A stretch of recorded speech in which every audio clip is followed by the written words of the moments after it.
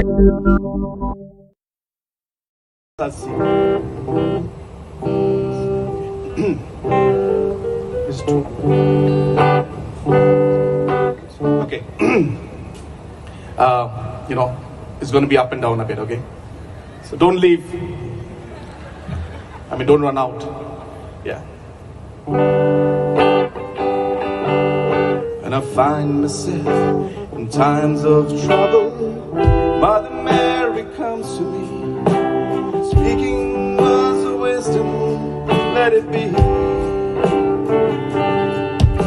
And in my hours of darkness, she is standing right in front of me, speaking words of wisdom, let it be. Let it be. Let it be. Let it be. Oh, let it be. Speaking words of wisdom, let it be. And in my hours of darkness, she is standing right in front of me, speaking the words of wisdom, let it be. Thank you.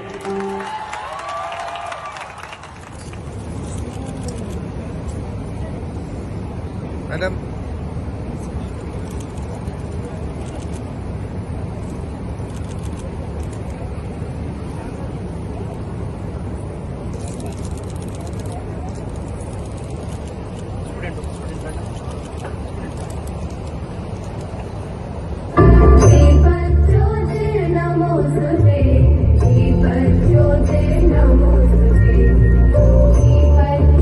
Light symbolizes brightness.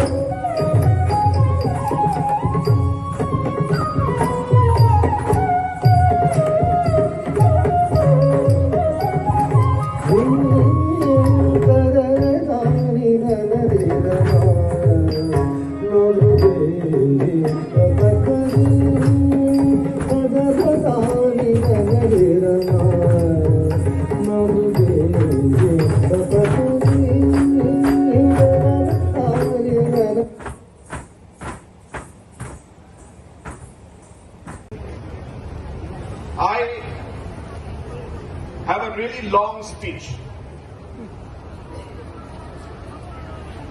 I don't think I'm going to read the speech. It's just too long and it's too official. I was listening to the speech of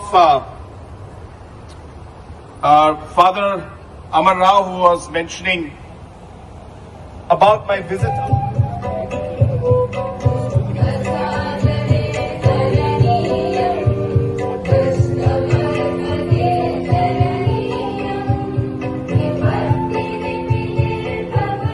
Students, you will be very surprised and thrilled to know that he is an amalgamation of music, he is an amalgamation of sports and studies. Mind you, he can rock the stage with guitar. He can rouse the emotions of the spectator gallery with his sports, and he can bring laurels with his studies.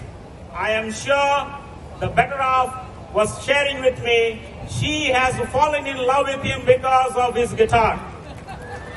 Better you guys learn to play guitar, not to be vagabonds, but learn to play guitar.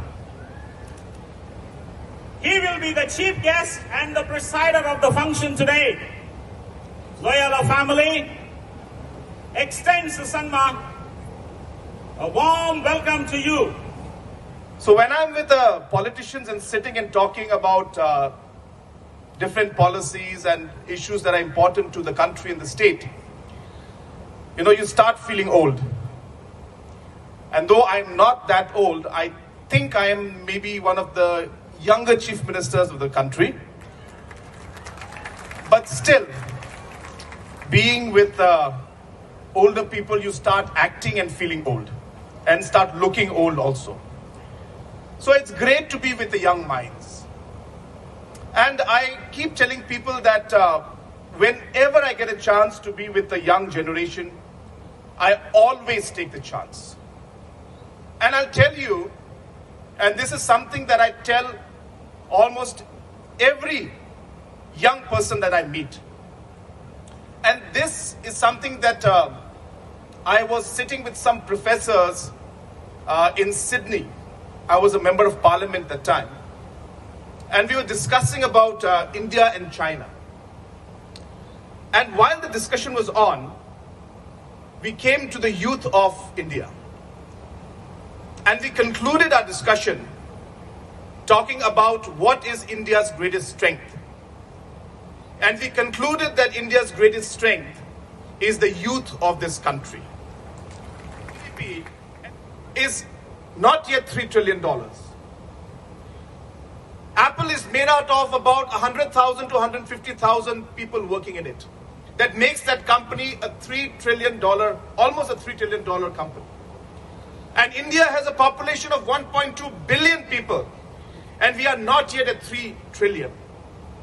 The productivity of each of the people working at Apple is so high that 100 and 150,000 people can create a value of close to 3 billion.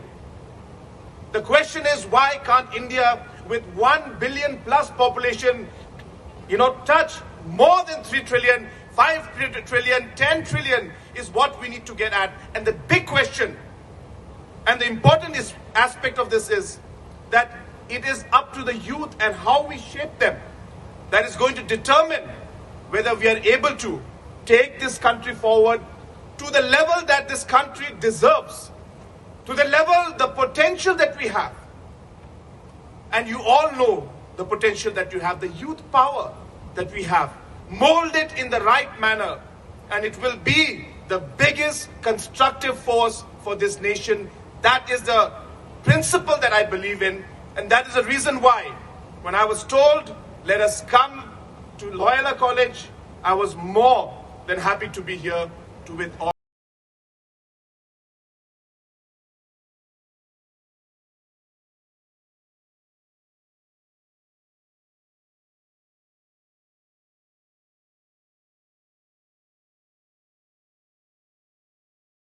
Our Rector, Reverend Father C.H. Amarao, to honor Mr. Conrad with a shawl.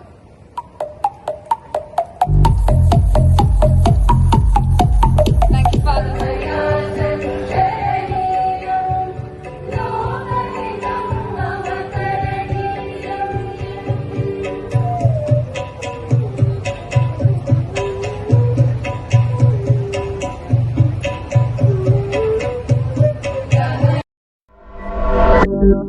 you.